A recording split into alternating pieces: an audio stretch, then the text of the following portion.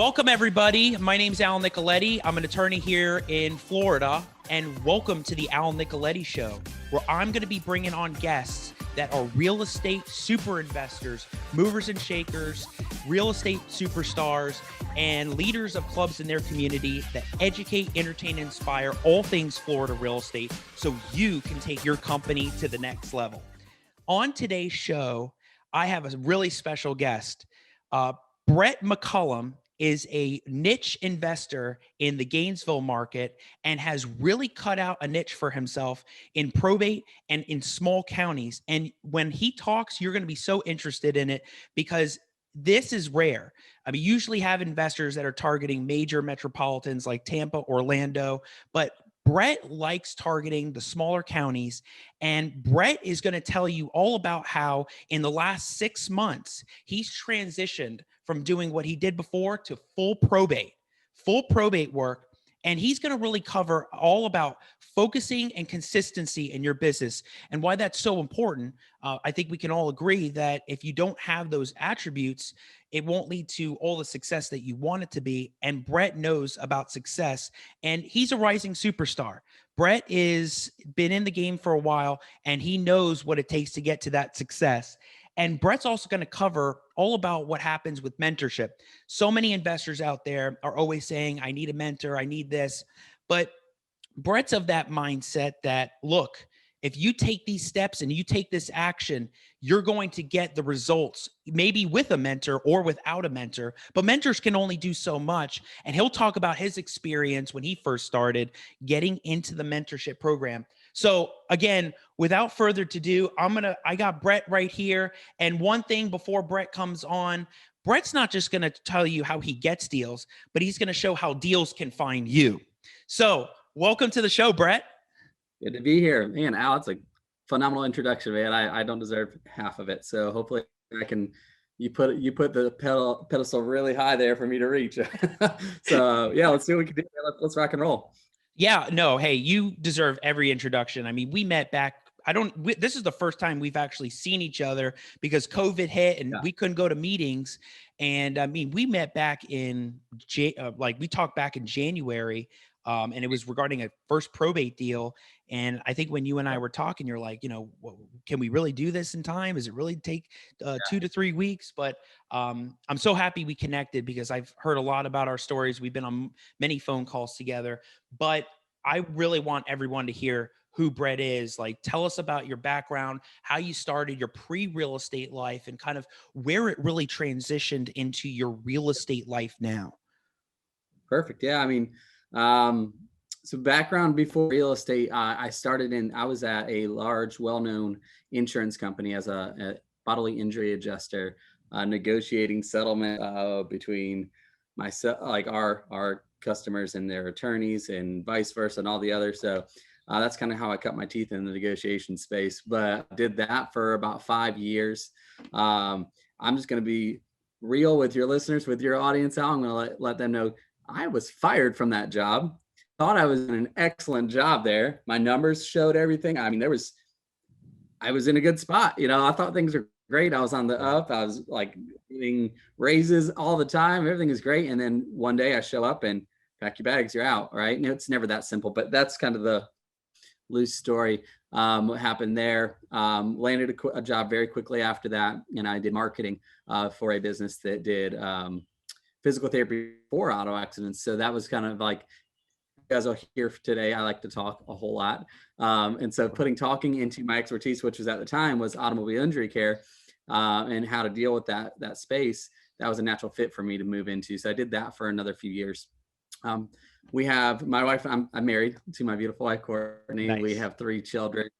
And at the time we just had the one child, and then we were pregnant with the second baby. And long story short, my wife decided to stay home to take care of the babies, and quickly became real that I was not pulling in and making enough money to provide for my family. I know a lot of people can relate to that. So real estate actually became a side hustle for me initially to just make ends meet. And so when we had about roughly enough money saved for 3 months to cover our bills for, between our, the existing salary coming in month to month, plus the little bit that we had in savings. We knew we had about 3 months before we were in the hole. And I was like, oh my God, what are we going to end up? What are we going to do? And that was a terrifying moment in reality, my world of go as a husband and as a father to look at my wife and say, I don't know how we're going to pay the bills in 3 months. Right. And that was real. So the fast forward just a little bit from there, my aunt, she's been flipping real estate for 35, 40 years, something like that, just forever. And she's been preaching at me forever to get into real estate at this point. And I don't know how to do it. I don't know what to do. The whole, I don't have money, you know, the story that everybody tells you. Like, look, you can't. And I was telling her about the situation, the reality of what was going on.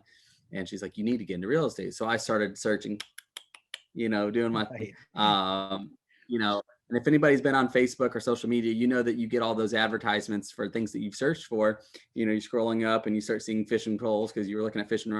You know, you start seeing that on Facebook. Right. Well, I was looking for real estate and figuring out what to do, and I got retargeted on Facebook by a very well-known, probably the biggest in the industry. He had a webinar in 2016 that I watched, and I watched and I was like, son of a gun, this looks interesting, but I was skeptical, right? And I was like, that's not real. And it was in the whole real estate space. This guy says that you can lock up a property on a contract, and then you can sell that contract to an investor, and they'll, at the closing table, you'll make the money in between if you mark it up. In between, you know, you make. I'm like, that doesn't seem right. There's got to be something else to it. But inspiration sets in for this guy here, and I was like, I got to try something. And I kind of resonated with him. You know, he had a really good webinar that I just connected to. It was one of those where it's like, you know, he's talking to me. Like there's nobody else in this world but me that he's talking to, and it felt so like pointed. And I'm eternally grateful. As a matter of fact, I met that gentleman last week at an event I was at, and I got an opportunity to shake his hand and tell him thank you for changing my life. Right. Wow. So the guy that really inspired you, you finally were able to meet like just recently, and it just, I bet that conversation just took off on its own. Oh, it was amazing. Yeah. I mean, it was like one of the most humbling moments of my life, right? You know, just being able to look this man in the eyes, that you changed my life. And I'm just grateful for you know, it was a webinar, you know, it's like, right. So anyway, it was a deal. The matter of fact that, so the business I was working for, we had 7 offices over 6 cities, and 2 of those offices were in Jacksonville. So my very first deal I ever did was a for sale by owner on Zillow. And this is, everybody listening to this is going to get mad, Al. I'm just going to tell you right now, they're all going to get mad at me when just I go for it. If they comment and share their experiences, the better. Let's hear it. This is like, you know, when you see those like ads on TV, it's like results not typical. Please don't. This is a results not typical moment. Okay. So first call I ever made was a for sale by owner on Zillow. Okay. Now, as real estate investors, we know that Zillow is just typically never accurate, but I'm too green to know any better. Okay. And I think that's probably was a great thing for me at the time, was just not knowing any better. Right.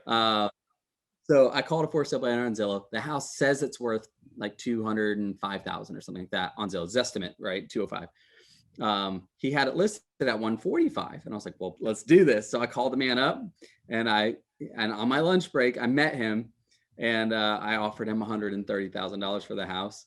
You know, build rapport, et cetera, the things all you're supposed to do with people. But I offered, and he said yes. And then I freaked out because I still didn't even know how to write a contract out. I don't know how to, like, where do I put my name? Where do I put your name?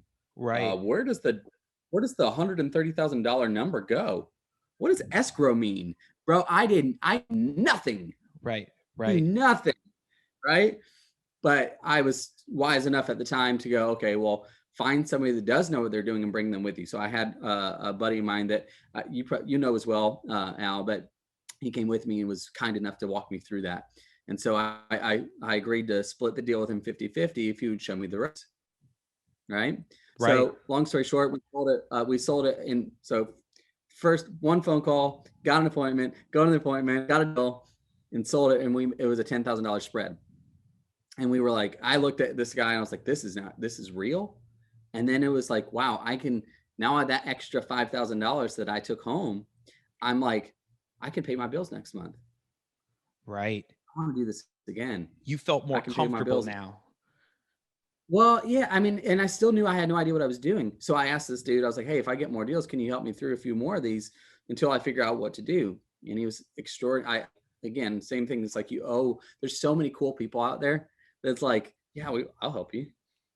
Like if Right. you ask people, they're like, people are just, I think we see a lot of time, how nasty people can be and rude people can be, but there's just so many great people out there, Right. and I So, just believe people are good, man. you know what's interesting, Go ahead. Brett, is that you went from a sales background, and Yeah. you brought that to real estate, and it's almost like Yes. that first deal really happened for you because of what your background was. So you were amazing at sales, you got the sale, but then all the other training that comes with real estate wasn't there yet. And that moment for you had to be that turning point where you knew you could shift from pre-real estate to real estate, and now you had another niche for yourself, and you get a spread of 10 where you split it in half to get the 5, and you're making already more money than you are in sales. So Yeah. that is an incredible change for you. Now you can pay the bills, and a lot of people go through that. So Yep. thanks for sharing that, because I think, whether they disagree or agree with the Zillow thoughts on it, it's still the point that you were able to take something you never did before, but take something that you brought with your past and use it to apply it to real estate, which is huge. And that was Yeah. the first deal you ever had. First one I ever did. Crazy. First one I ever did. Yeah. Yeah. And that was, I mean, again, going back to that a little bit, like, so for me at the time, it was the going into real estate was never about starting a business, right? It was to Right. supplement my income. And it was simply to try to make up that gap that I didn't have for my family. But what's kind of funny is once that deal closed, I was like, how do I do that again? Like I do that again. And so we went a little while because I mean that's why it's like it sounds great to say for one phone call, one deal, you're just one call away. You hear that pitch all the time, and it's Right. true, right? I mean, it's true. Um, but fast forward from that, it took me almost another 2.5 months to secure another deal. Wow. Well, that's not that long. That's not that long, considering how some people wait months for letters It- and things to hit, cold calling to hit. right. So I mean, I just started calling those for sale by owners all the time because it worked for me once. Why it should work for me again? Right. And it took a while. But we got another one, and then that's when we can go into mentorship at another point in the conversation. But that's where eventually going down that road of the up and down, and like I get a deal, I don't have a deal, I have a deal, I don't have a deal, and that roller coaster effect really took hold. And I mean, that got really stressful too, right? It's like I want another deal, I want another deal. I'm like, yes, I'm still working a full-time job, 55 hours a week, Right. and I got these couple of deals coming there that can supplement my income. So we're finally at a point where like, I'm okay. But like when that runs out, what's next? So it's like a hamster wheel. If I get off of that wheel, it's gonna stop what happens. And And that it was still scary, right? yeah. Yeah. Feels so good that you just want to keep doing it. Yep. So yeah, that's kind of like that was the origin story of like where we started from, and then anyway, fast forward, it took me about 18 months to leave that full-time job, Wow. because I needed I needed to prove consistency and be able to. I wanted to double what I was making for, and then have consistency in that before I left a secure like safety net, of a job.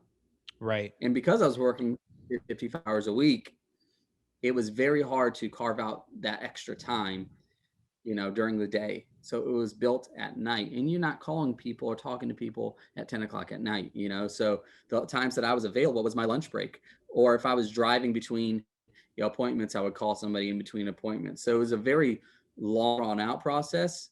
But once that's how I got that itch, early on. And then once I did it a few more times, it was something, okay, I knew that there was a business to be made into that.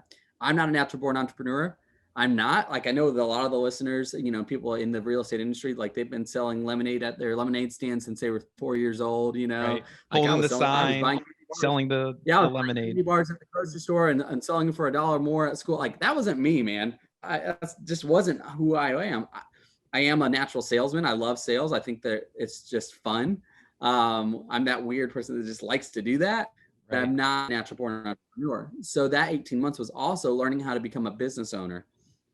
And that's all something, to be honest with you, I'm still learning that every day, right? I mean, I'm always get better at being, owning my business and running my business. Right. Um, so that led us to, 18 months led us to where, go full time, take the safety net away. And then it was like, all right, sink or swim, it's on you. And Right. that would be the best decision we ever made.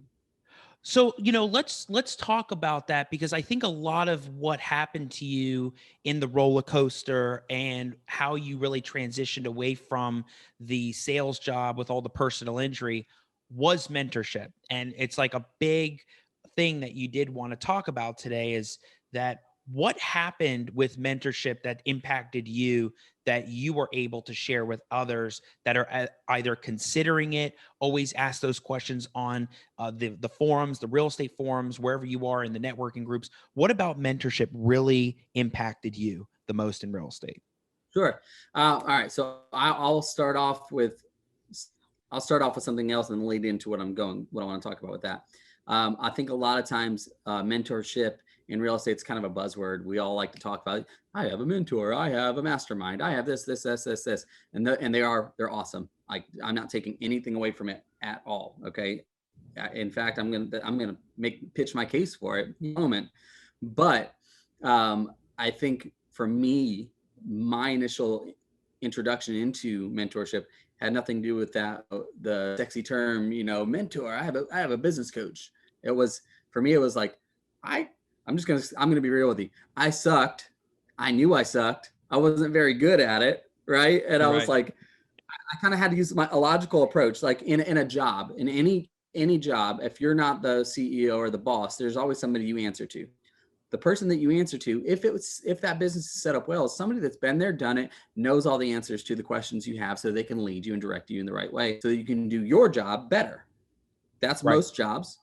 I thought about that and I was like, well, there's got to be somebody that's done this, that's better than me, that can tell me how to do it, because I know it can be done. I've made money at this point, but I can't figure this thing out. I can't. Why? I mean, I've made money. Why can't I do it again?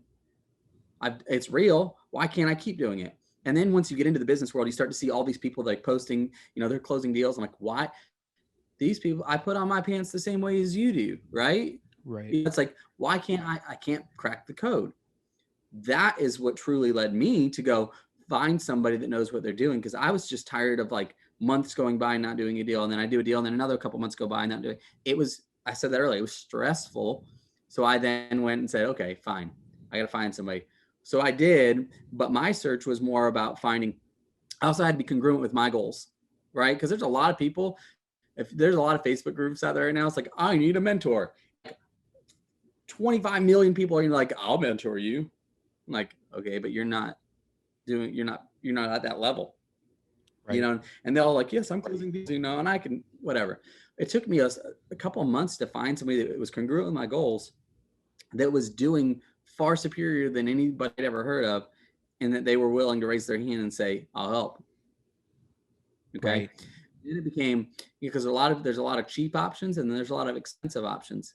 For me, I'll be honest with you. Think about, all right, ready for this one? This is going to be good.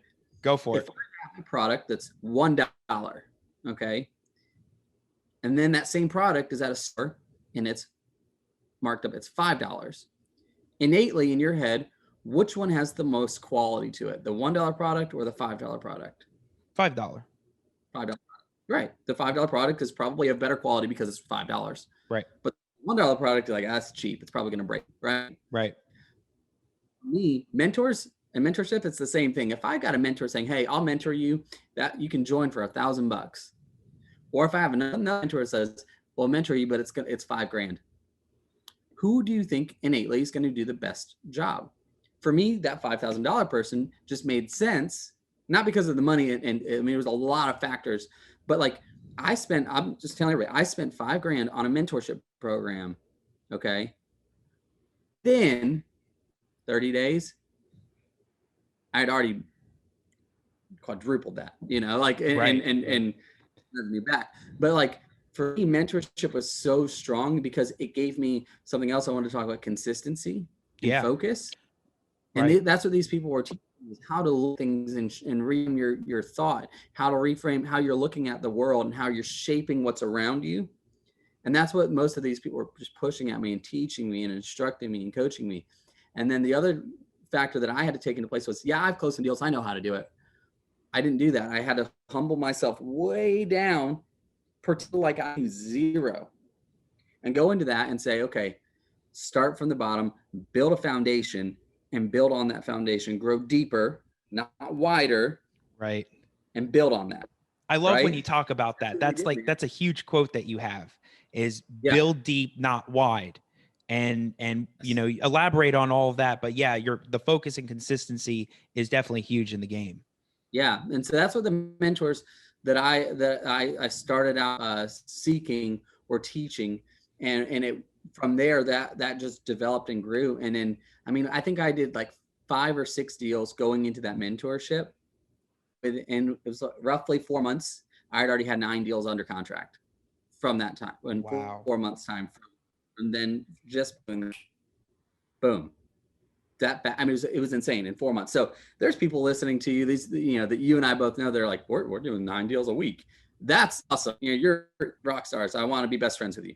But like, you're making your pitch now. This is it. This is the moment. Right? Yeah, there it is. No, like, I mean, that's, for me, that was a huge shift in my world. And then being in that marketing role before, I was really, one of the skills that I carried into that was in the networking space. And so from my mentors, I wanted to kind of lean into them a little closer and build a network with them versus just teaching things.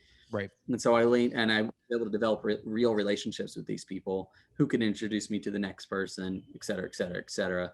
And that's fast forward kind of a lot of where we are today, and a lot of the relationships we carry today is because of it. But it all started with hiring a mentor that find somebody where you want to go, that's done it. Don't try to find somebody that's trying to figure it out themselves. Right. Like that was a big deal for me.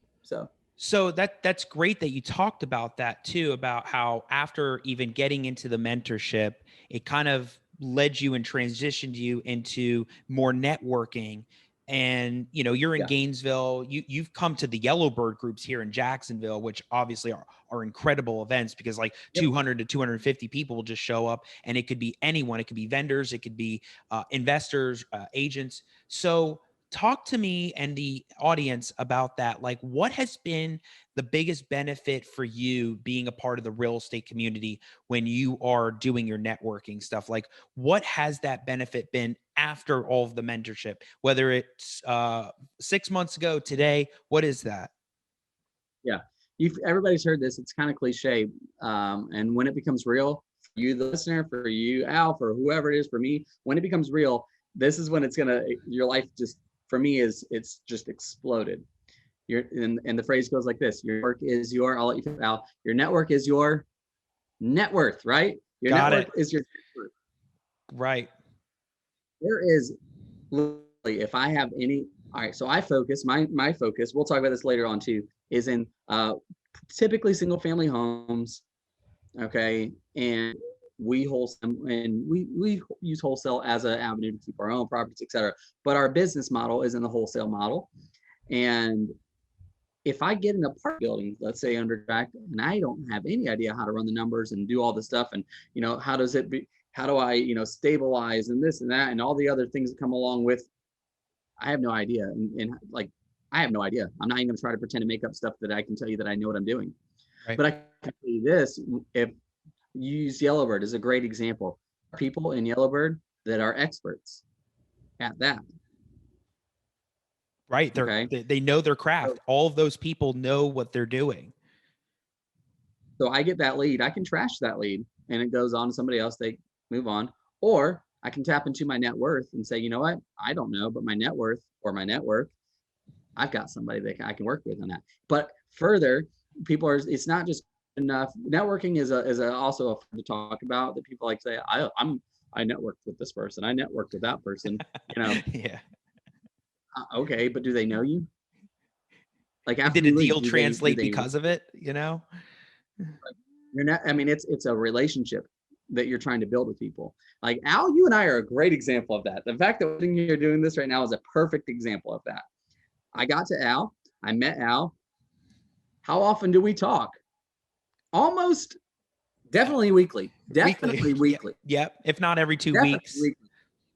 Yeah. I mean, we talk often, but a lot of our conversations aren't just around probate deal we're working together. It's just about like building our relationship. Right. Like, let's talk about that. That's intentional. And I do that on purpose. Like I'm going to be so bold as to take the mask off and tell you in front of your face, Al, to tell you, I intentionally built a relationship with you. It's great. I love it. To. That's what we're doing in this world. But networking, that's what networking is. It's oh, I met Brett one. But nothing happens from there by meeting somebody. That's not real networking. You have no net worth that comes after your fact. Al, how much, I'm not going to tell your listeners, but how much money that you being in your world as an expert in the probate space, how much money you've made me. Yes, you're part of the work. It's you know what I mean? Like, yeah. If I didn't have you, I don't make that money. You're part of that. So the networking for me from real estate has caused me to have relationships. I can get a deal probably all 50 states at this point and have somebody that we can work with and do business with. Doesn't matter. You know, any kind of deal in every shape and size. People are like, what kind of deals do you do? Whatever you got. I put my focus and my business is one way, but if something gets brought to me, I know who to talk to. And now you've built a network of us, and you can talk to us anytime. You can pick up the phone. You can call us.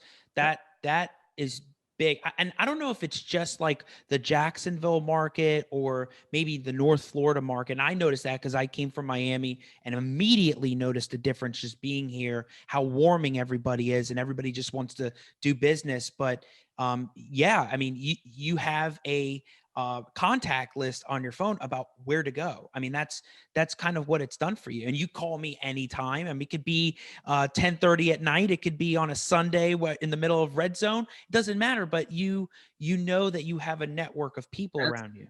That's kind of where the flag gets thrown. You can't call on Sunday in the middle of it. You can't do that. I'm kidding. Hey, I picked up a call yesterday from another investor, and I was like, I think I told him, I said, you know why Morgan & Morgan is doing well? It's not because they can get good settlements or they try cases. They pick up their phone 24/7. So it doesn't matter when it is or where you are.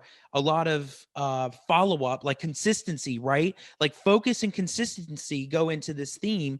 And I do it when I network with you. I'm always following up. You don't have to be the one to, say, hey, Al, what's happening? I'm usually like, Brett, this is kind of where things are. So. And that is such a relief as a business owner. Like I can tell you, and I think a lot of real estate investors will attest to this, how much you have to follow up with the people that are supposed to just be doing their job is absurd. It doesn't make sense. Like why I shouldn't have to call this person to do their job every day. It should just be getting done.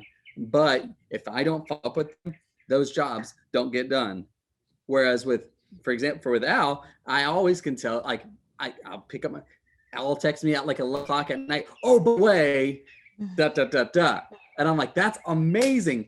And also, Al, why are you texting me at 11 o'clock? You should be sleeping. But like, I never have to wonder. It's like anybody can do a deal once with somebody and it's all cool and it's all gravy and that, and you have one, even 2 times deals are good. But once you get into 3, 4, 5, 6 deals and it's still happening, that's what I'm like, all right, there's something to this. That's why I love our relationship is many deals in and you're still consistently doing your follow-up, consistently doing what you say, I promise you I'm going to do this job, and then you deliver on it. That is the most, to me, for like, if anybody listening, if anybody's like, well, I don't know about Al, if I want to do business probate, because probate's hard. It is hard. That's great. But like, I never have to wonder for even a fraction of a second, is my deal going to get done? If it's if it's even remotely a doable deal, is it going to get done? Because it will. And I don't have to, I can hand it off and go, focus on something else, because there's always the next thing. Right. And it's Needed relief, man. I know. Hey, that's part of the intentionally forming good relationships with people, Yeah. and I think because of what we've been able to do in the last year, and we'll transition eventually into like the 2020, all the COVID-19 stuff. But for the listeners out there, I think 2020 for you, Brett, was an eye opener all about probate. I know you've heard it way before. I know you used to probably work on the deals. And when we first talked about it, you were like, yeah, I've talked to some of these guys before, but they said it could be 2, 4, 6 months. And then we talk, and then it ends up being a completely different world. Demystifying all of the issues regarding probate. Talk to us all about how you've taken your business when you just first started, all the mentorship, and now really focused on the probate niche or the pre-probate market, Yeah. and talk to us about that. Yeah, that's a cool transition. I love this. All right, so marketing is what it comes down to. When COVID hit, we were making our money for the most part in a couple of different channels. So most for in a wholesale space, not all, but most people that call you are defined as what we're calling motivated sellers. Okay, Right. those are just people that are in a life situation, have to get out of that for some reason or another. I can make up a million scenarios, right? But for us, we were really focused on people that were facing some kind of a deadline, like they have to get out by a certain time frame. Okay, we found that motivation is really strong, right? Right. Right. When that deadline was moved because COVID, and people didn't have to leave their homes because there was no enforcement of that motive changed. Now, I think all of our investors will relate to this too. Your motivated sellers, I call them professional procrastinators, right? These guys, so they'll wait as long as they have to get out, and they'll procrastinate to the ends of the earth. And so if there's no deadline for them to get out, they ain't getting out. So we saw our marketing kind of dry up where we're not getting leads anymore, as many anyway, leads anymore. And it became a diminishing return on the dollar, dollar for dollar what we spend on our marketing. So when that happened, I started, I had to figure out how to shift and what to. Now, I'm young, man. I've never been through one of these things before in a cycle where the market shifts. Now, COVID obviously has never happened in any of our timelines, and frames. Like nobody's ever dealt with something like this. How did 2020, just like with all the probate stuff, but just how did it truly change how you did business, where you do business, the Right. focus, virtually all of that? So where I was going with that is once we started looking at what the deals we were closing over those couple of months, the consistency that I found in me was probate. 30 days after that, we got a deal that was just like dumb. It was a massive return. I was like, but now I'm looking at what's consistently closing, what deals are actually happening. And I realized, wait a second, probates. And then I'm thinking about and I hear a lot of investors, probate's too hard. Probates takes too long. There's too many moving pieces. There's too many people to call. There's too many And I'm like, man, that must mean that a lot more opportunity in that. I just started using logic. I mean, I'm not that smart, right? I just started using logic and I go, how could this work? Right. What should we do? And then made a shift into probate because for one reason. There are two certainties in life. What's the old phrase? The only thing guaranteed in life is what? It's death and taxes, right? Yep. But I would make the argument that taxes aren't even going to serve us right now because I focus on a tax delinquent list forever and made a lot of money on it, and it wasn't making me money. But you know what was? Probate. And it's morbid to say this, and if you have half a heart and you focus on probate, you can help so many and actually genuinely serve so many people. And that's part of my game is I want people to look at me and go, that guy genuinely cares about me. So for me, probate was a very natural progression because I see families that are in need of some of service in that space. People are going to die every day. It's reality of life. I am going to die. We all are. It's just the natural reality of life that we live. And if I can be in a position to serve these people appropriately, and I'm realizing, okay, some people might be doing probate, but very, very few are doing it that way. But fewer people are going to do it from a position of care and service mentality. And so for the first time in my business, I can actually, with conviction, say that I'm providing a service, not just a means to finding discounted properties. Almost like I'm really providing good a at finding purpose to discounted people. properties. Right. I was really good at finding discounted properties. Now I'm actually providing a service. And I'm realizing anytime you go to like a big box retail store, it's because they offer a service to a product that you want. And if I can offer a service to a product that people need to deal with, for these people that be probate and don't want to have to deal with, here's the cool thing. I know how to handle the real estate side of it, but I know who to handle the probate side of it. And now it's just putting the two together and providing a real service and value to people. And that is why, I mean, that's a very long answer to your question, but that is why we went all into probate. And now our goal, is to become the state authority, not the local authority, but the statewide authority in the probate. Right. So it's Because like 2020 really forced you to kind of like reevaluate a thing that you've heard about before. And now it's really come true when you see what happens on your deals. Yes. Amazing. Yep. And then, I mean, and it's a lot of thanks to you, Al. And I want everybody in your audience to hear that from me to you. You didn't tell me to say this. I'm just going to say it for everybody. It's massive thanks to you. And because of your consistency and I would, at this point in our lives, I would call you a friend. And it's a Likewise. thanks to our friendship and relationship to be able to say, like, I'm not into this space without you, Al, because I've had other probators that have botched jobs that we've lost deals on that's taken 9, 10, 11 months on. I've had those things happen, and I'm like, and like everybody else listening, they're like, I don't want probate. But I'm going to make a shameless plug out if that's okay. If you don't want to do probate, I will. Send it to me because I'll handle it. Actually, let's be honest. I'm not going to send it to Al handling it, but like, give it to me, man. Like we'll do it. Yeah. And that's something that you've really talked about openly with me about how there could be people out there that get a lot of deals, right? Like they get deals, maybe mass volume, and they come across a lot of probates, maybe like none of the heirs agree, or it's just really messy. And it looks like it's going to take a lot longer than a 3-week close that they usually anticipate for their business for mass volume. And you've been really open about it, about how you're almost like you can be the opposite, right? Like you're cool with waiting for 4, 6, 8 months if it means to get the deal. I mean, there's a probate in South Carolina that it's been 6 months going on and there's been no resolution. And Brett, the whole time you've been like, you know what? That's what it is. We'll just keep waiting. So talk about that too, because there's so many people out there.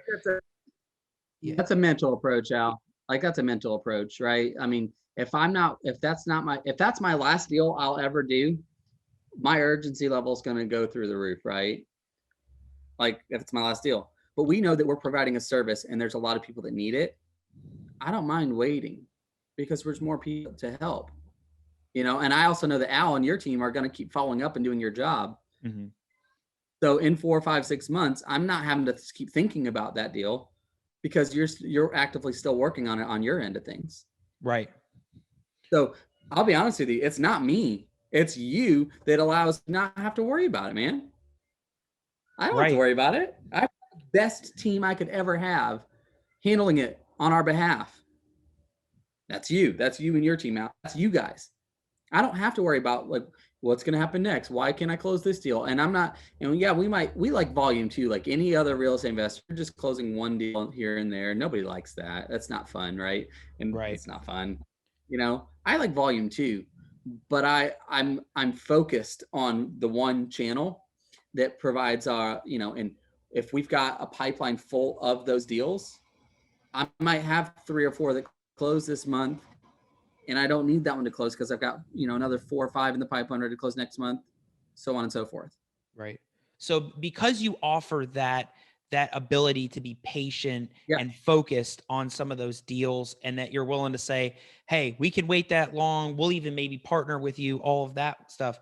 Who are Yep. some then really key people that, you're really looking for or hoping get in touch with you so that you can kind of either JV, whether it's in Gainesville, whether it's in Clay, whether it's in a small county or Jacksonville, because you see the big picture about solving weird title issues and weird problems. So for the listeners out there, a lot of people, Brett hasn't really talked about this, but a lot of people don't know Brett is a really big visionary. I was driving down to Miami one day, and Brett and I were on the phone probably for 45 minutes, and Brett was going on about how, there's so much potential in this field. So there's so much potential that you just got to figure out and solve it. And Brett, you have a brilliant mind with seeing what's really far ahead, which is amazing because people sometimes can't see that far ahead. And so when the deal gets complicated, you can almost be that person that can help that deal that gets really far down the road. So I mean, who are you looking for that can really help, your business or you and help others? Right. So I think, I don't want to answer that too quickly. I think it's two people that come to mind right away. Okay. First one is, and I'm going to speak to like maybe somebody that's newer or more green and in the real estate investment space, right? That you've not done a lot of deals and you need whatever, you need help, you need mentorship and guidance and whatever. Right. I'm not the expert. I know that. I mean, but I've seen my share of bills. That's the first person I would say, like, hey, let me be a resource to you. Even if we don't do business together, I can be a resource to you to like just talk to me. I'm happy. It was freely, like a lot of information I've gotten in my life was freely given. I'm going to freely give away. Well, that's So great. now hold on one second. Yeah, go for it. Hold on one second. Got kiddos walking around behind me here. So if you guys hear anything in the background, just heads up. Welcome to 2020. You're good. Let me bring this one into the picture real quick. All right, there we go. Part of the podcast. How you doing? All right. Ready for the camera. All right, there. Sorry, guys. So that's the first person that I think really, because I mean, if you don't know what you're doing, I always say this, you're gonna get an education one way or the other. You're either gonna pay for that education or you're gonna lose money. And so one way or the other, you're gonna get your education, right? Right. I would rather those people talk to somebody that's been there and done it, and they can actually, work them through that. And so if we can partner up on those things and you can learn on that, awesome. Now, the other person is like you made alludes to it earlier. There's businesses that you and I both know that are doing massive volume. And for them, it's not time and or cost efficient to stop and wait weeks and hours and spend time working those details. They don't have time for that. And I respect that because you're playing at a volume that I'm not doing. We have different business models, and that's the cool thing about it is we don't have the same business model, and we can actually be able to be a team and collaborate together and still create a win-win solution for everybody. So that is another I would say I would talk to. I really want to talk to as well is, hey, it may not make sense for your business, but this is what I do. Let me help you with that. And we can create a solution that works, that it doesn't have to be a cookie cutter where, it has to look a certain way. We can create an outcome that works for everybody. We're going to provide our guarantee to people. I make one promise to anybody, to sellers, to buyers, to Al, to anybody. I make one promise because everybody makes it. We can do. Nobody can make a guarantee, but the one thing I can promise to every and all people is you get our best effort. That's it. With everything. I mean, because you're never going to question working with us. Did our business give you their best? And if that's ever in question, that's an extraordinary moment for me to look in the mirror and go, shame on me. How do I get better at it? Right. So for those people that are playing at that volume and doing that kind of business where they don't have that time, take 5 minutes. I know I talk a lot on this podcast. I know I'm talking a lot in general, but I'll shut up and just say, what are your needs? How can I serve you? And then let me be that person. Because that's our whole model for is a mentality, and how can we create a win for everybody?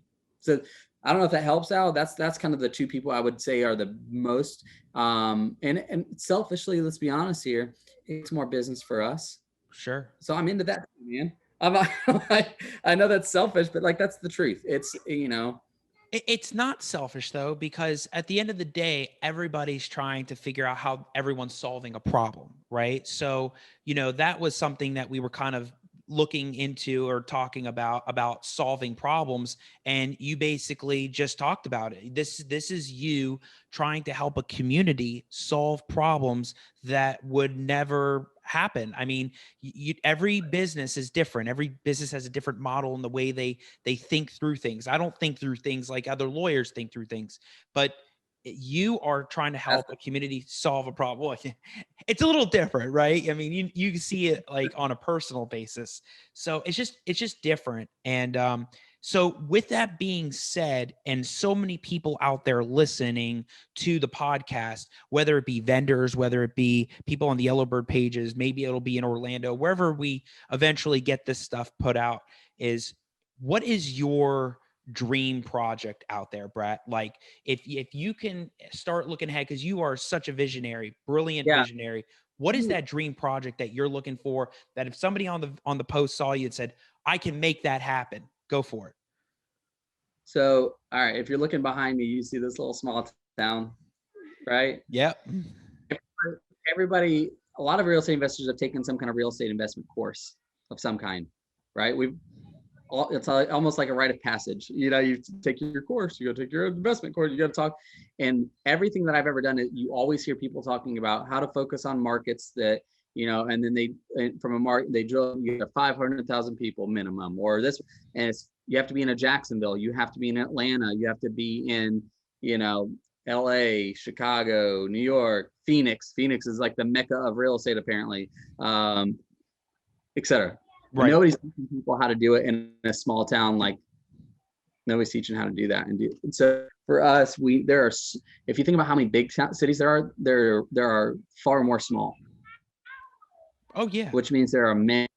That means how many people being underserved just in Florida. Let's just talk Florida. How many people are being underserved in Florida? So many. Because nobody's actually, yeah. And so let's talk about that too. People are still dying in small markets, which means there's probates happening in small markets, which means that people have and nobody teaches you don't go in, high school and college, like when somebody dies and it's properties in their name, this is how you do it. Nobody, unless you go to law school, Nicoletti, you're being taught this stuff. Not even in law school, which is scary. They don't even teach you the practicality of that probate stuff in law school. You have to be out there in the real world, just like you are with real estate. It's like you can go to a course. They're not going to teach you all the stuff that you got to know in the field. Yeah. So that's what I want to do, man. I want our business to thrive in the probate space and become an authority in that, like we talked about. But like my passion project is to be able to teach investors how to do this in a small town like we've done. Like I put a video up on my social media account the other day where there was like 1,100 people in that town. That's just not a lot of people, Al. Wow. 1,100 people live there. And we did a deal. That's it. And it's a great deal. We made a lot of money on it, right? It's a great deal. But like, it's everywhere, man. Like, and so if I can like, hey, let me teach people how to do that and be a resource into that space. Because I'm like, a lot of people know me. Like, I'm all about like, yeah, everybody tells you that they don't want to be rich is lying to your face, right? Like, everybody does. Like, we all like money. I'm not gonna lie to you, I do too. But like, if it's all that there was and that's all that there is, when you die, you don't take it with you. Right. So for us, we really like to focus on, are we leaving lasting change, and are we making a positive impact to our community, and building and is there a legacy being left behind that my kids and my children can follow and have that example? And for us, that's a big thing, is like, if we can teach people how to do this in smaller markets across the country, in Florida, whatever that is, that people are like, I don't like the idea that there's people not being served if I have the capability to help them. And if we can teach it, I can't alone. I can never do that alone. There's too much. And that's why our business is called MVP Group. MVP Group. And that group is how, and it's on our mission statement. We're a high level group of people working together to achieve a purpose. And if that group is not just local anymore, and we can take that, and that group is able, man, that's lasting change. That's impact. That's how legacy is happening. So that's my passion project. And if people are listening to want to look, hey, let's figure out a way, let's talk. Let's figure out a way to figure something out. Because it's just, we've come to find so many people that need help that aren't in Jacksonville, that aren't in Atlanta, they're everywhere, man. And nobody's helping. Nobody's lifting their hand to raise and say, I'll help you. And you know what, Brett? I've actually seen that side of you. There was a probate deal that was happening. We were all working on. And in the beginning, it looked like maybe a good deal, good margins. And then as things kind of progressed close to the title closing, everybody found out that the margins were extremely small. And so you almost had to take a bath on it in a way because it couldn't work. And you were in, but I remember your reaction every time we talked about it, and we'll see the same reaction today. You have a good heart and you want to help people, and that transitions into how you like, helping people out there. It's not just about the deal. You really wanted to help people. I know in Gainesville, you're really active. Is there any charities out there that you've been a part of, or any philanthropy that have really helped your business and helped you personally in real estate? It's helped our business. Yeah, let me back up a little bit to speak to that a little bit. Like, because a lot of people, I tell this to sellers when we're meeting with them all the time. It's like, it's hard to trust somebody you've never met, right? Like, I've never met Brett. How can I trust that guy, right? And like, I've never met Al. How can I trust that guy? A big thing for us in our business is trust, and how do we establish that quickly? And so for that deal you were talking about, I remember it very clearly. All right. At the end of the day, what I told you and I told them is like, did I serve them? Did I do my job? Okay. Nothing else matters. Right. Right. The next deal will happen. Money's going to follow on the next one. It's fine. It's not the end of the world. Right. Right. So that's kind of a lot of what we focus on in our business. So we take that, and you're asking about what, like charity, this and the other and whatnot. Like a lot of we do a lot of, from the philanthropic standpoint. It's not about how can we be served? How can they help me? Because it's not how I view the world. Right. Okay. I believe that there are people that are in need, that want to bring. Sometimes it's money, sometimes it's service, sometimes it's whatever. And it's only at the end of the day, there's no expectation to earn, and it's always just how can I help them? Right. Okay. Yeah. So for us, another passion project that I believe that I know that I'm doing in my personal life is we're buying houses to be able to rescue, and it's probably more than you're in for in the conversation. Now I'm going to tell you anyway. You asked. This is great, because this is going to be a clip in itself. You'll see. Yeah. We're going to buy houses, and there are women being sexually trafficked in the world today, locally, nationally, and when they get rescued out of those environments, they have nowhere to go. And the matter of fact, in the Southeast, there's one house in Tampa, one in the Southeast, Florida, Georgia, Alabama, South Carolina, Tennessee, Mississippi. There's one place for these people to go, Al. One. Where is it? So it's in Tampa. Wow.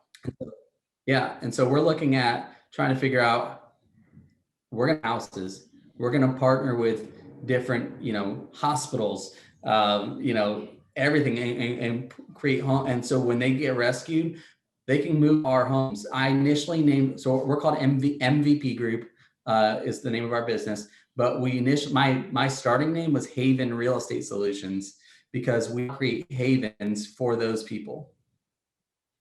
Very cool. So that's like the big like audacious goal that we're going to carry into our, like, I want a minimum of 50 houses that we own, a minimum. But then like I had this at the beginning, at the end of 19 into 2020, I said, why stop there? And I don't want it to just be in Florida. It needs to be that's such a drop in the bucket to say, hey, we have 50 houses now. To me, like there's thousands and thousands of people in need of this across the country. Right. So that's the big end game for us, is not like, hey, and that's, I'm like, well, I guess I have no choice but to make a lot of money so that I can do that. But I can't possibly do that being poor. You know what I mean? Like, I can't possibly do that. Right. You know, like, and it's not, I say like, it's like an MP group. It's a group of us doing this so that it's, you know, and that's again, how are we leaving legacy, impact, and things that are going to change the world? So that's another thing. If people are interested in that, I'd love to talk to those people too, Al, because it's very real and it's practical. And you know what I've come to find when it comes to charity, and how do people help? There are a lot of people sitting on the sidelines waiting for you to tell them what to do. If you have something that's valuable and you say, let's do this, they're going to say yes. And it's ready and waiting. It's just waiting. It's just ready. It's just ready and waiting. So like, that's kind of like, I was like, well, we can do this now or not, or don't. Right. You know, like, but yeah, that's what we're doing, man. That's like my main purpose and drive for why I do what I do. That's it right there. That's incredible, Brett, because I know there are groups in Jacksonville that heavily focus on that kind of issue. And I mean, I don't remember the name offhand. I want to say it's Rethreaded. I'm sure there's members of that group that are out there that would probably correct me if I'm wrong, but there are great, amazing people out there that I know that would watch that clip and watch this and say, how do we get in touch with Brett, or how do we connect? Because that's incredible. It's not just all about real estate, but for Brett, you love helping others, and it's a passion of yours, because it's not just about the money. It's all about, you know, helping people. Yeah. Amazing. Yeah. I mean, and there's a group here. If anybody gets to listen in Gainesville, or like wants to, we provide a lot of, we put a lot of money into, called SIRA, SIRA. And they do that. And there's another group called Created in Gainesville, that they do a lot of that as well. They don't know that I'm talking about this at all. But they do a lot of this where they're helping get rescue. But the problem is they have these big homes in group situations where they try to get people on their feet, but they don't actually, we're trying to connect people, not just with a house to live in, but it's an actual like how to start life over again and not have to fall back into any, like, you know, it's almost like, for lack of a better term, it's like, you know, like the halfway houses where they bring them in, try to rehab them, and they get them on their feet and back in life. But I don't want to focus on it from that angle. I want to focus on it from you are here as long as you are actively trying to get better. There's no timeline. Amazing. And because some people have been so hurt emotionally, physically, that they have it. You don't just, okay, well, you have 6 months to heal. Good luck. Right. You know, we're not really helping people on that. So we want to attack it from every angle, not just a house. You know, we want to be able to partner with, you know, hey, you know what, the electric company is going to help us on this one, because, and they're going to take a little bit on this one, and let them, you know, we've got food banks, we've got, you know, like I said, hospitals and doctors that are able, because there's a lot of needs. There's everything that you need to live in life. We are partnering with those people to be able to, like, hey, let's hold your hand and get you there. And what the best thing that they can ever have is they know that they now have community and people that care, because you can't go through, I don't care who you are, you can't go through life alone. Great message. We were not created. Yeah. We were not created that way. So that's the biggest thing we want to, and if we're going to provide community, and the community is not just a house. That's amazing, Brett. I mean, you explaining that and telling people that are watching is going to be amazing feedback and positive feedback for you personally, and for how you're trying to help others. It's incredible. You know, before we conclude, before we end, there's got to be one story, something out there, that a deal you've done, craziest deal, hardest deal you've walked away from, something you've done you were not happy about. What is that one that sticks in your mind to this day that you still remember, that either was good, was different, really helped shift you in your real estate game? What was that? Really good. Actually, we do this one because it happened to be a probate. Okay, good. All right, let's talk about this. But I'll say this, it was before that you and I got together. Okay. So, and this is part of what led me to my search of finding somebody that knew what they were doing. All right. All right. And everybody has their horror stories of things they relate to. All right. So this gentleman calls us off of a small little postcard, right? And says, hey, and I think he was tax delinquent, matter of fact. Okay. At the time. Okay. So, by the way, starts off, he's alive. All right. Ready? Here we go. All right. So you're either dead or alive, but he's alive. So go for it.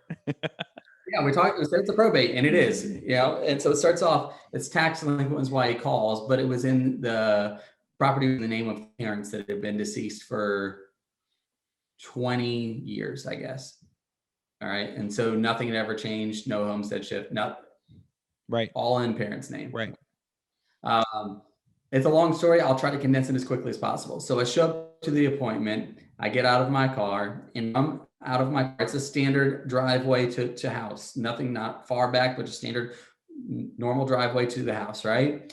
And from the road on the curb, I could smell it. Stunk. It was disgusting. The smell was just rank. I mean, it was like, oh my goodness. Here we go. Wow. Yep. So we've all been in those houses. So I go up, the door's open. It's like a screen door in the front, and then the main door's open. I go to knock, and I hear the seller yell at me, come on in. So I open the door, and it just like another waft of just stink in the face, and it's like all you can do to keep together, and this gentleman's sitting in his little recliner.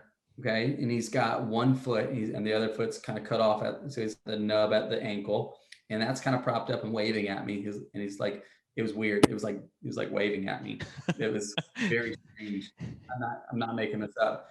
And he was like dangling this thing. And I was like, oh, and he's got no shirt on, and got this little wispy beard, wispy hair, kind of balding on the top. And if you've ever seen the movie Scary Movie 3, there's the guy that is like, whipping the potatoes, take my small hand, take my strong, like picture that. I kid you not. I showed my wife a picture of, she's like, oh my gosh, it's the Scary Movie 3 guy.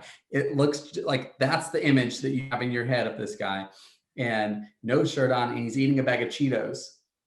Right. And so he's got that Cheeto crumbs like in his beard and on his hands. And it's just like, he's like, come on, man. And it was just, and it smelled like that. And then he was just done eating it, and then he just threw it on the ground.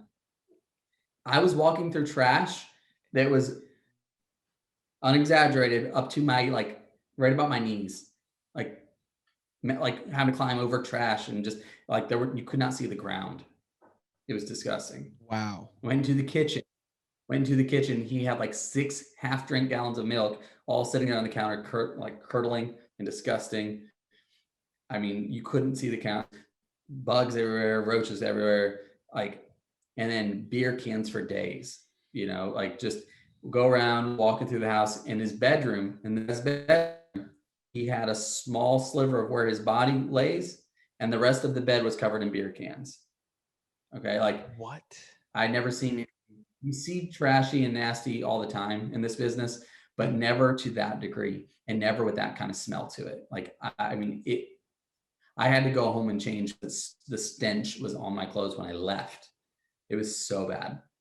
And yeah, it was the worst. I mean, just the worst. I mean, you could, and the neighbors would, because they could smell the house from their yard. I mean, it was so rough. So it started into a probate process because, like I said, it was in the parents' name. We go through a probate attorney local to us. I'd been trying a couple different people. I was recommended to this person, and long story short, after I was probably 45 days or so, because it should have been just as quick as a summary. and it wasn't, because the guy forgot something in that on the summary, and he didn't do the attorney forgot to dot some I's, cross some T's. Okay. Right. So we had to send it all the way back and start some process over. Well, then what happens while we're re-waiting, the seller died in his kitchen unexpectedly. By the way, it was on a Saturday, Sunday. We were supposed to close on that Monday. Wow. So now, he being an heir to the property dies. More probate, right? I don't know the legalese to that. That's your world out. I don't know the legalese, but it had to go back. Long story short, because it got so messy at that point, another sibling, raised their hand at the last moment, who nobody told us about. And that sibling had passed, but his wife was like, "Hey, I still would like to make a claim to this." And so it was getting uglier and uglier. It took 9 months on a process that should have taken, on a summary of administration, that how fast can you knock those typically out, Al? It took us 9 months. Wow. It took us 9 months. And you know what it sounds like? It sounds like it wasn't just one, it wasn't just two, but it could have been 3 probates because of the other sibling, and there's a wife, and then she wanted something. I mean, you've seen the difference now about how everything matters, about who dies after, who dies before, does it go to their estate, what happens now. So and you're starting to see that lingo. So yeah, for before even me, I mean, you were seeing what was happening. Oh, but we're not done yet. So here we go. This is, like I told you, this is a wild story. So This is great. That seller, all right, the one that raised their hand late, okay, she was like, okay, she approaches me, separate to everything. She goes, "Look, I don't really want to deal with any of this. Just give me 10 grand and I'll walk away." I'm like, "I'm not just going to give you $10,000. You know what I mean?" It's like, she's like, "Well, then I'll drag this out as long as I have to." It's like, "Okay, you do that." All right. And so sometimes in business, people are going to see 2 sides of me here. They're going to see the side of Brett. Like, Brett's so caring and nice and sweet, but sometimes you have to actually get in the weeds and do a lot of hard work, Sure. And so on this one of the stories, I'm not, good luck, So then it comes out that the property never understanding the terminology. Al, if you know, correct me on this if I get it wrong legally speaking, okay? Go for it. But something happened where the homestead was not in that seller's, had never been redone, and there was a homestead lien of some kind. Interesting. Yeah. And it was like $35,000 because it hadn't been done in 20 years. It was 20 years old. I don't understand how that rarely happens. And I've seen that recently on a couple title commitments, but wow, $35,000 homestead lien on somebody that had died. How long ago was it? It was 20 years. It was 20 years. Oh, wow. And so once it switched over and the probate triggered the homestead lien. Right. I don't know how that works and what that means exactly, other than, oh crap, I have to renegotiate this with this seller. We had a decent spread on it, but it wasn't that much, quite that much, right? So I had to renegotiate, and that lady was livid to the point where she hired another to try to come after our business it was a mess. That attorney told her to go pound sand. You can't do anything with that, but we still had to have some conversations with it. My probate attorney was just inept. He had no idea what he was doing. He was in over his head with all of this. He admitted that to the end. He's like, "I honestly had no idea what I'm doing. I'm so sorry." But then he tried to, he's like, "It's 3 probates, so now it's going to cost you this much more money," and I'm like, and we're taking a bath on it because we don't have the deal on it. And it was just messiest thing you could ever see. So I finally decided to privately work out, basically on the proceeds of the sale. I was going to make sure that the sister-in-law that was wanting to have the proceeds of the sale, I was going to make sure that she was getting compensated. Okay. Which was obvious. We have to do that anyway. But then I offered her, "Look, if you do this right now, I'll pay your electric bill for 3 months." Here's a little trick, by the way. what's your electric bill for 3 months, right? Not a lot of money at the end of the day when you're talking about real estate deals. What, you'll pay my electric bill for 3 months and you'll give me this one? Okay, deal. Right. When I made that become a real put that money to use somewhere, we got that deal done with her. That's a little trick somebody should probably take, by the way. I used to do when I was working at Nationwide, when I was settling claims, it's like, how about this? I'll pay for your family to go to Disney. Now, how much does it cost to go to Disney? Not much. The settlement may have been a certain amount of money, but Disney, it sounds like you made it real. I made that very real. So I do that a lot, by the way, in our business too. We make that real for people. But anyway, so I did that, got that done with her. And we were finally, after 9 months of this, able to close that deal out. Wow. I mean, oh, sorry, funny little random thing. So we're supposed to close that Monday, right? And we're at the title office trying to wait for the seller to show up, and he's not showing up. And I was like, hey, telling the sister that we were dealing, I was like, hey, can you call your brother, see what's going on? Well, he's not answering for me. It's not like him to not answer me. She ends up driving, leaving the title office, going to his house. And this is disturbing, but she opens up the door to find him in his kitchen, and was deceased. Wow.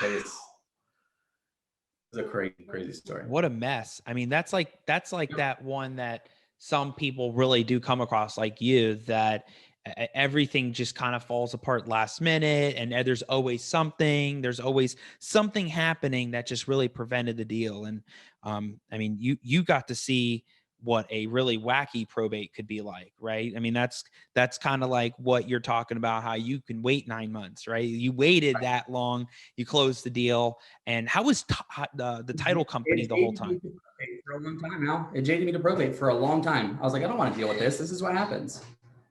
Right. So, yeah. Wow. Well, I tell you, Brett, you've been awesome. I mean, I'm so happy that you and I got to finally talk person to person via Zoom. I mean, one day we'll all be at Yellowbird again.